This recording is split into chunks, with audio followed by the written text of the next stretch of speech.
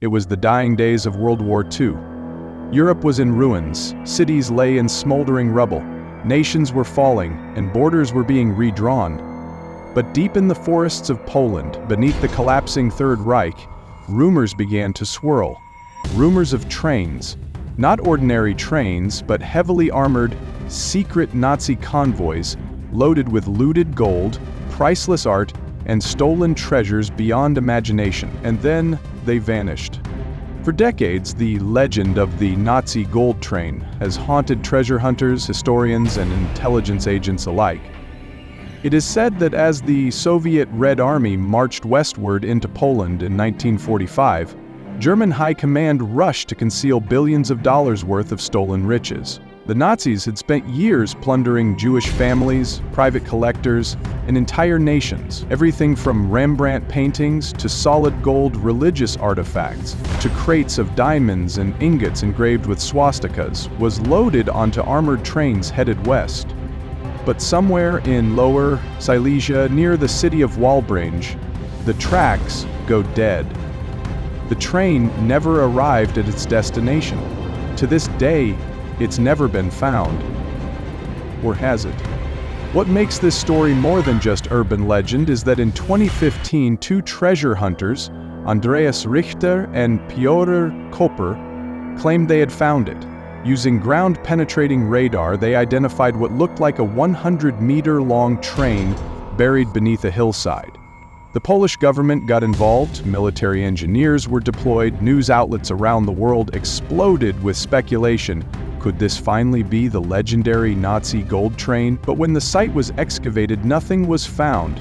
At least, nothing that the public was told about.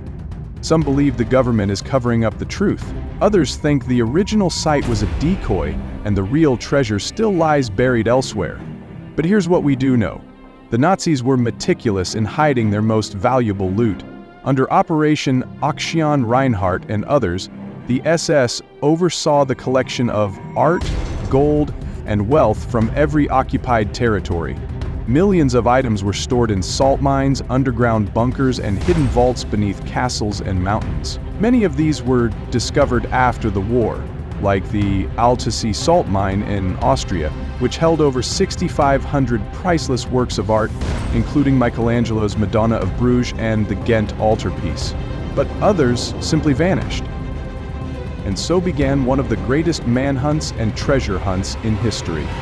From the Alps of Bavaria to the tunnels beneath Czechoslovakia, Allied forces and later private individuals began hunting for the lost loot.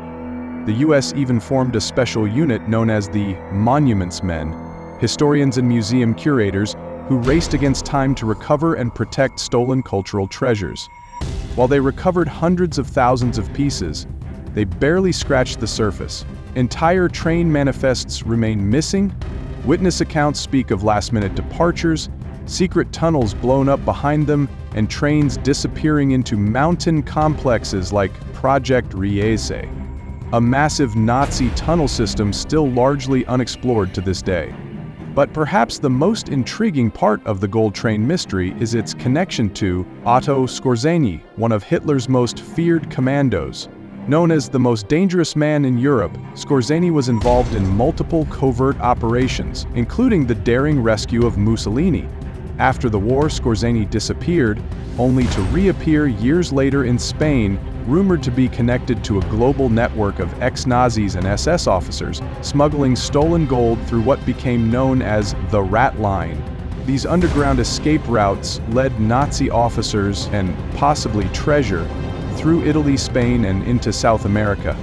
Argentina, Brazil, Chile, whole colonies of former SS officers thrived in secrecy, some even claiming they were living comfortably off the spoils of the Reich.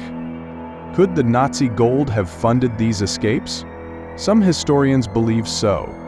And if that's the case, the trains might not have been buried in Poland at all. They may have made it out. There are documented accounts of U-boats, German submarines, carrying crates of gold and platinum across the Atlantic, only to disappear without a trace. In fact, Nazi U-boat U-859 was sunk off the coast of Malaysia with a cargo of over 30 tons of mercury intended for weapons production. But some say it was a cover for something far more valuable. What if the greatest treasure in human history is still waiting to be found? Or what if someone already found it and never told a soul?